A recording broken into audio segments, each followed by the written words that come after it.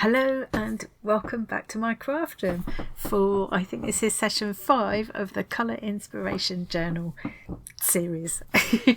This week I'm going to be touching on texture just a bit, having a look at how I've got on this week and what my plans are for the rest of the month, because I think we've all got enough to work on now to keep us busy for the rest of January with everything else that's going on as well. So yeah, I'm going to show you what I've got so far, where I'm planning to go with mine, although best laid plans and all that, and just give you a few ideas if you want them for what you might like to try if you're stuck for ideas. Okay, let's show you what I've managed to achieve so far.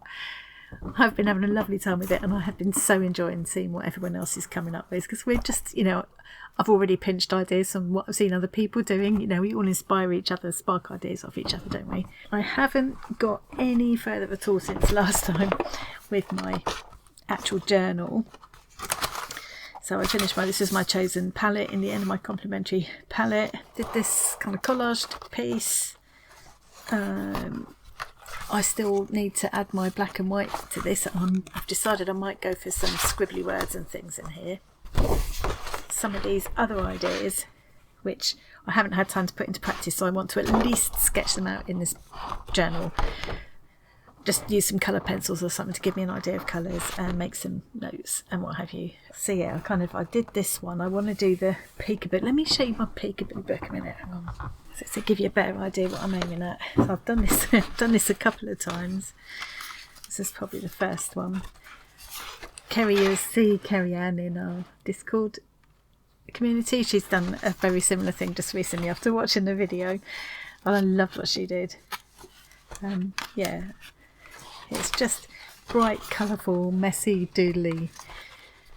Love the way you peek through to see layers of what's gone before, and you can look at it from both directions. And I wanted to do something just like maybe a 3-page version of that in my journal, and then maybe stitch something like this as well. I would love to do a stitched version of this. I think that would be amazing. So that's an idea I want to make sure I keep in my journal, so I don't forget, because that's for me. I think that's what this journal is about for me, really. It's kind of gathering inspiration, storing it away so that I won't forget about it. I will be able to come back to it later. I have done this one, or I've nearly done it, in a stitch format. So I'm doing a bit of everything, all kinds of crafts and arts and crafts in my book. Now you can see I've gone away from my colour scheme a bit there, but it's what fabrics I had. But it's still basically the green and violet, and my chosen shape was circles. So I just explored all different ways of creating circular motifs on my square. I've got a little bit of shisha embroidery there. I'd forgotten how to do it, so it's a bit messy, but I'm fine with that. This is just a kind of wrapped piece of silk sari ribbon. This is a little snippet of fabric I blanket stitched around. Little Suffolk puff that I made, layered over another piece of fabric. This was a button I stitched on and stitched over and stuff. This is just a scrap of calico. I just put a sequin in the middle and did a lot of, always forget what those are called. You can see French knots there, but there's also the one we've got like a long stitch with a French knot at the end. I'm sure someone will tell me what that is. Just tied a button on there. Bit of felting here as well. There were just so many different. Once I started, there were so many different ways I could make circles. It was hard to start. I could have done more, and I still want to stitch into this more. I love it when it's all kind of covered with stitches. So I will do some more work on that. I have still got this to finish, because I just keep loading it on and loading it on. Just got that last little bit of trim I want to put on there, and I think I'm probably done with this then, except I wanted to try and turn it into a cover for my book. So, but if we've got till the end of the month, that's a couple of weeks. I still want to pretty up my green book as well. Not that it needs to be pretty, but I can't resist it. I haven't done anything different in there, but I still got a bit of space, and I will be coming back to that as a reference, for inspiration.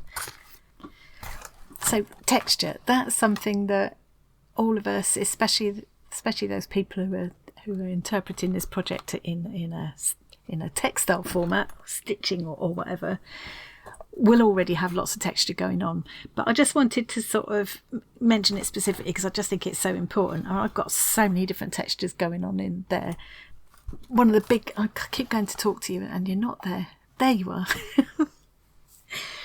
One of the big kind of points of this project for me is to get inspiration from the world around us. I think that's something that very much Julia Caprara in the book, the Exploring Colour book, which I'm going to show, which some of us have got, and you don't have to have it to do this project at all. It's just, it is very inspiring. I've got a whole pile of other books that are inspiring me as well.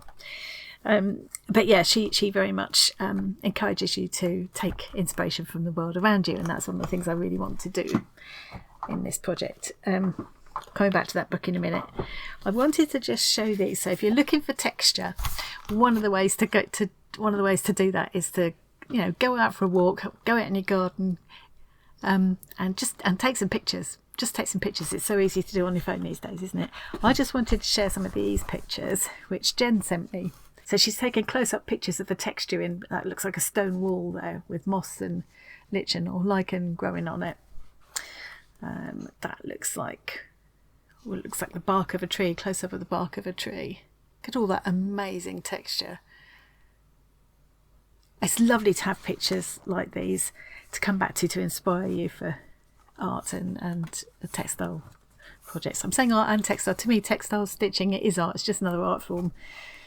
But I think people do, I mean, kind of tend to fall into two camps. Like, you know, you're either stitching and textiles or your art things. But to me, the whole thing merges together, and I love both. That's a peely, painty old window frame by the look of it. Love that. Love the texture of that kind of thing. There's a whole different kind of texture. So that I'm just quickly showing you these as a way. This is just, you know, you could just go for a walk in our local park and you could see a lot of these things on the way, if not at the park. Beautiful.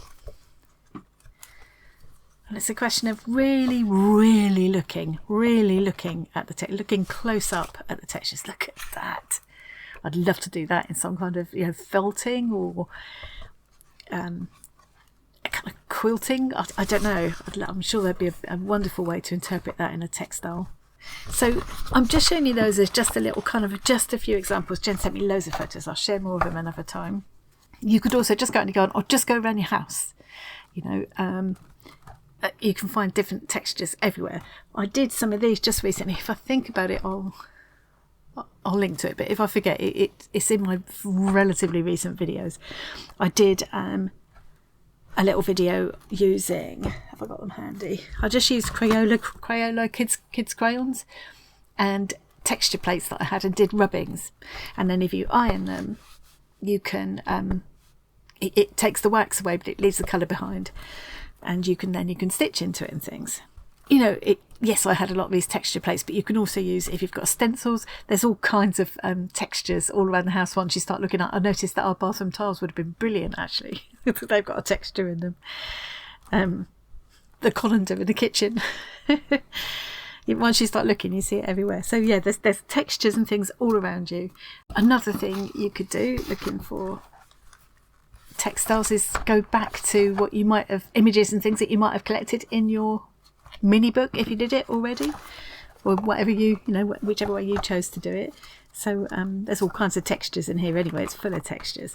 But what I'm thinking of particularly is these images that I collected. Now I meant to do studies of these, and I picked 4 or 5 different things, 3 or 4 different things that were in and around my home, but I just found pictures online. I've got a whole lot of these green glass bottles, and I have got I've got an idea in my head for using these as inspiration. I jotted down at the time, this was, I think at the time I was banging on about, you know, whatever the object is, hold it in your hand, think about how it feels, write some notes, you know. So with this, it's kind of fragile, smooth, transparent, reflective, you know, words like layered, because one of the things I love about these is the way the layers shine one through another.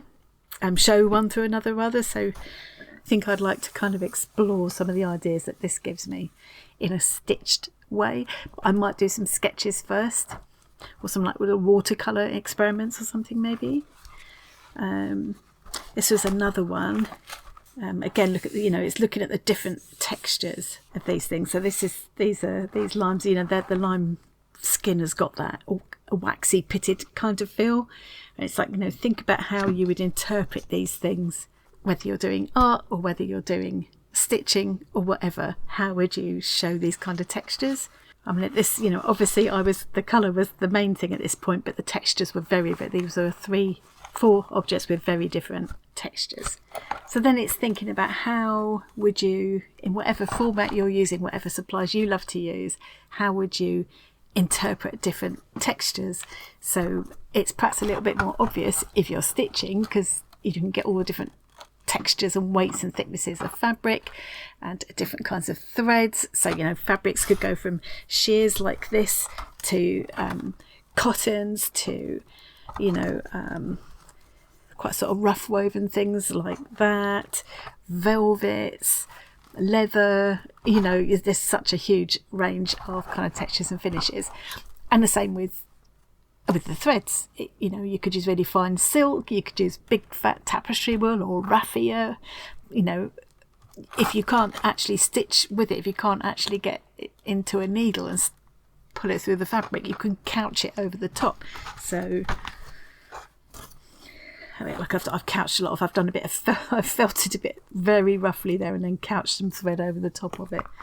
I would never have got that through the needle I was using, and same with the sari ribbon I've put across here. So to create different textures, you could experiment with perhaps doing the same stitch in lots of different threads, just to see how different it is. You could try piling stitches on top of each other to create more texture and substance, if you like. You could add in strange things like this. I've kept this because it's what my limes come in. So we're talking about the limes. I did say I always have limes in the house. So I kept this because I've got a little idea about something I could do inspired by that limes picture. One thing I do want to stress is that I'm not suggesting that you try and do a picture of a lime in stitching or whatever. It could just be the feel of it or the colour of it or the texture of it that sparks something off. Like I won't necessarily do something that looks like bottles, but I might say do a square of stitching with overlapping sheer fabrics that have that quality, and then add in some of these little glass beads, just to give the feeling that I get when I look at the bottles. Not necessarily a representative image of bottles, although who knows, it might go that way. But when I think of the idea I've got in my head, it's that overlapping, that sheer overlapping layers with the light coming through, which is what I want to capture. So that's kind of what I've got playing around in my head, and I will need to do a lot of sketching and playing around in my journal first, but that's what it's for.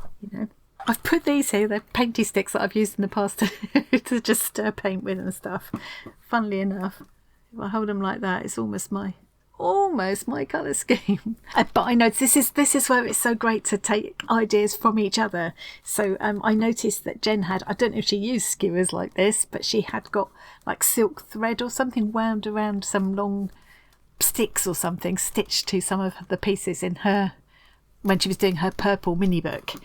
I thought, I love that. I love the look of that. And I wonder if I could do something like that with this, just to add more kind of texture and interest to a stitch piece. I could do the same with this. I could add some of that in. There are a few of the YouTubers that I know who are doing this project. So Tori's joined in now. It's Tori of Cool Kooky Creatures. There's Create and Craft with Christine, Tia of Calm Creations, and Susie Q Makes. I will link to all of them below. So they're all doing very different. Each of them is doing a completely different take on the idea. So that's wonderful. It's fantastic, and it's so inspiring. And every time I watch them, every time I look at the pictures that people are sharing in the Facebook group and in the Discord community, there's always, that's so nice, and I just ferret all these ideas away or jot them down in my journal. That's what I've got to start doing. This is one of the reasons I've wanted to do this, is to just get all these ideas that are in my head into this journal, so they're there, and when I do have time to come back to them, they'll still be there, and all of the little ideas that I see someone else doing as well, I think, I said I could jot that in too. So Another idea, one of the many ideas that I loved that Susie was doing, was she was just doing this kind of a little tangle of threads, like a tangle of threads underneath a piece that she'd applied, a piece of, fabric or felt or whatever, with this tangle underneath. I just loved the look of that. And she did these rings that were like crocheted around with like a tassel off them, like a bunch of fibres hanging, or just sometimes she just does a bunch of fibres. And I just thought, I just love the look of it. So that's got to go. That's got to be stuffed into this journal somewhere so I don't forget. And Christine is doing these beautiful, she's starting with an Inktense background on fabric. She was doing it all in greens. She made all these beautiful green Inktense backgrounds, then collaged coordinating fabrics on top of them, which she's now going to stitch into. And Tori's doing this. She's done this amazing accordion felted, gloriously colourful little kind of mini book that she's done, accordion book that she's done. So yeah, everything that I see, everything that people are sharing is inspiring me in some way. And I'm already going back to stuff I did in this journal and thinking, oh, that's given me an idea. And that's what this is all about. One of the other ways that you can add texture if you're working in textiles is to just manipulate the fabric in various ways. So even if you've got a fine cotton like this, it's lovely to do this with, you can just do very fine, just do whole rows and rows of running stitches and pull them up to get gathers. Almost the way we would have done smocking years ago. I haven't done smocking for a long time. And you can just manipulate the fabric in that way and create lots of interesting folds and things, and then stitch over it or add beads into it or whatever. Adding beads, buttons, sequins, all those kind of things, that all adds texture. You can tear fabric, you can burn it. Jen's a past master at burning fabrics. If anybody's got any questions about doing stuff like that, find Jen in the Discord community. I'm sure she'd be very happy to help. She's a very knowledgeable lady. And it was her that really sparked this whole project, because she sent me this book, among other inspiring books. There's different ways you could add texture if you're stitching or whatever. You could just work into what you're already doing. You could start a new piece, whatever. I'll come to that in a minute, into what I'm thinking I'm going to do for the rest of the month. But this is very much you do what you want to do. I'm just going to throw some ideas at you, which you can choose to pick up or ignore. I won't mind either way. I just love to see what everybody's individual takes on this. If you're more into your art and you're not really into stitching and stuff, there are still lots of different ways, of course, that you can add texture. You could literally apply it by collaging on different textures of papers and things. You can, whatever supplies you're using, perhaps some of the supplies, because one of the things that a lot of us did when we did our mini book to start with at the beginning of this project was to try all different supplies. So the idea was to have this one colour and find all the supplies we had in that colour and experiment with them. Or maybe break out some of those supplies again and just see how many different marks you can get. Mark making is so important. You could do a whole page of just a little library of marks with one kind of supply. Just to see if you apply it with a paintbrush, if you apply it with a different shape paintbrush, if you dab it on with a sponge, if you stipple it, see how many different marks you can get. Even if you've just got a fine liner, look at all the texture you can get just by dotting, cross-hatching, scribbling. See how many, build up a little library of marks. And that's always a useful thing to come back to. You'll flick back to that time after time in the future when you're thinking, what kind of marks do I usually enjoy using? It's just so handy to have that kind of thing to come back to. Doing the rubbings like I did on the fabric, you could do exactly the same thing with whatever art supplies you enjoy using as well, and then doodle into them, make them into collage papers, cut them up and turn them into something else, whatever is your thing. Or just go out and do some studies of different textures that you can find out and around. I was going to also just show just a couple of ideas in here. Lots and lots more ideas coming up in this project in the future, but I tried not to go mad and throw too many things all at once. Tints and tones. We were talking about tints and tones last week. Well, we were talking about tints and shades, actually. Now here she's saying tints are colours mixed with white and tones are colours mixed with black or grey. I would say that shades are colours mixed with black and tones are colours mixed with grey, but obviously Nothing's written in stone. Ah, here it is. So here, I'm just thinking about the texture and thinking about, you know, this is an example of going back to something from my little mini book and taking inspiration from that. The notes I've put down about this, I've got cool, lush, multi-layered, soft, spiky. I was imagining standing in my bare feet on it, you know, or running my fingers through it. This really caught my eye. This is called Meadow Turf. And if you, I'm going to hold this up close so you can see. There we go. Look at all the different, so not only are there lots of different threads being used in there, the stitches are very simple. It looks like mostly straight stitches and maybe fly stitches in there. Is it even all fly, does she say? I've only just noticed that picture on the colourful picture there is inspired by Treba Garden in Cornwall. I used to love that when I lived in Cornwall. It was one of my favourite places to go, and that does sum it up at a certain time of year when all the rhododendrons are out. Oh.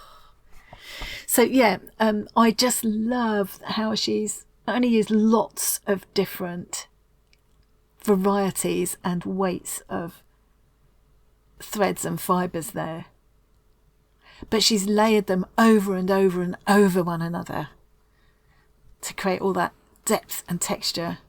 I think that is just incredible. It looks like such a simple little piece. You could almost flick past it and not notice, but the more you look, I just love that.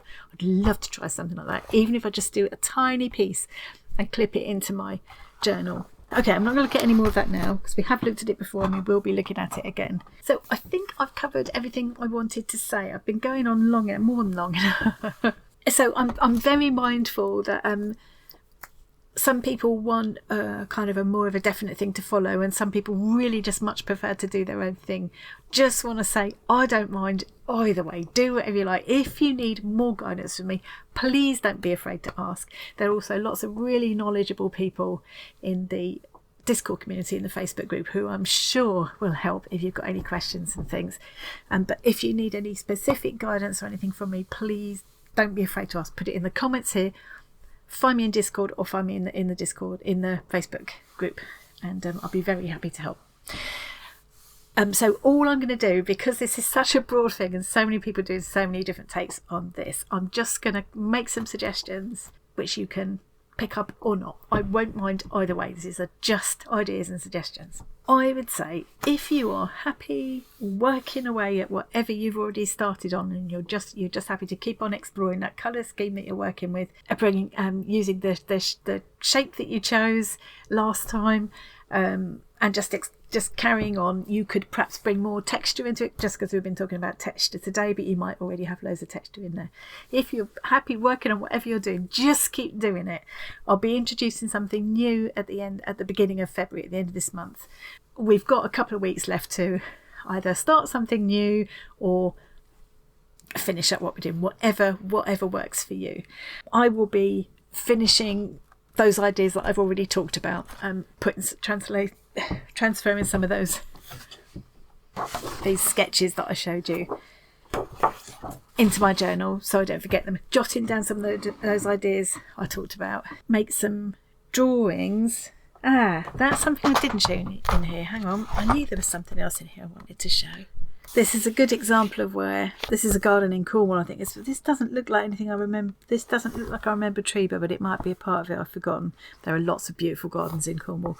Anyway, this is a garden in Cornwall, and what she's done is here she's written some descriptive words about her impressions at the time. And then she's kind of recorded the sensation, as she puts it there, the sensation of colour, texture, energy and life force present in the garden plants. And she's done, so if you're doing this in an arty way rather than a stitchy way, this kind of thing would be amazing. It looks like she's used some kind of wax-based medium there that has then resisted the water-based paint that's gone over the top or something. See there's little sketches there, some words and things, a colour, and this has been interpreted in stitch later.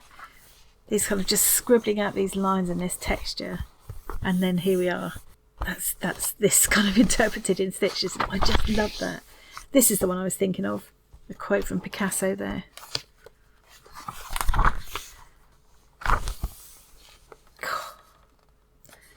There's some fabric manipulation going on there. look at this, even little bits of plastic stitched in as well to create extra texture. Sorry, I'm back and forth all over the place again. So I would say, if you're doing more of an art thing, you could definitely do, you could go out and take some photos, be inspired by your surroundings. You could, even if you're brave enough, I'm not brave enough, but you could do some outdoor sketching. Just jot down some notes maybe, or try and remember a few keywords, even tap them into your phone, come home and then scribble some colours and things, work out, make some different kinds of marks and things to show texture, stuff like that. Just play with lots of ideas. Don't be afraid. It's just a working journal. Nobody needs to see it, although please do show us, because I do love to see. Just remember, there's no right and wrong to this. We're all just experimenting. This is just a big old playtime. It really is. So yeah, you could easily just carry on doing whatever you're doing and enjoying it, or you could go in and add a little bit, add some more, think of some different ways that you might add more texture, some perhaps ways that you haven't tried yet, some of the ways I mentioned just now. Perhaps you haven't tried all of those. Give it a go. Just do little sample pieces, or add a bit into what you've already been doing. Or there's still time to stay. It depends on how you like to work. If you like to work for a really long time on one project, or only I'm probably going to finish tidying up what I need to finish here, transfer those sketches into my journal, make some little sketches of the ideas that I've got, and then I'd love to do a proper stitched. I've got quite a few ideas. I probably won't have time for all of them, but I'd like to do at least one sort of bigger stitched piece inspired by all of this. So it's just really take inspiration from what you've already done, from what you've seen other people posting as well. That's, I think it's really important to see what everyone else is up to. Remember, we've talked about, so from the very first thing we did was pick that one main colour at the beginning of this month, the beginning of the whole thing. Then we chose a complementary colour, and we used black and white as well to add contrast. We looked at how to use the black and white to create tints and shades of our colour, and created this colour palette. And then we chose one shape. Keep doing that. Then we chose one shape. The ideas I've talked about working on aren't going to involve my shape anymore, except maybe the peekaboo one. But so you haven't got to stick with that. That was just a kind of a thing to get us creative, really, just to get our cogs turning. Cogs, they're round. There's a thought. And then today we've just touched on texture. It's up to you whether you carry on working on what you're already doing, or try something new. Try some of the other things that I've suggested.